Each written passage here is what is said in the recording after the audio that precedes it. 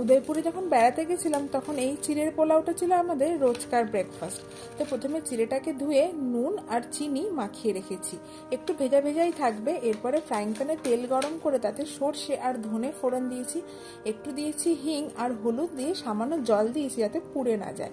এরপরে ওই ধুয়ে রাখা চিড়েটা এটার উপর দিয়ে দেবো আর দেবো ভালো করে মিক্স করার পরে এর উপরে দেব কুচিয়ে রাখা কাঁচা পেঁয়াজ আর হাফ পাতিলেবুর রস, একটু পোহা মশলা। এই পোহা মশলাটা আমি ভিডিওর এন্ডে শেয়ার করেছি।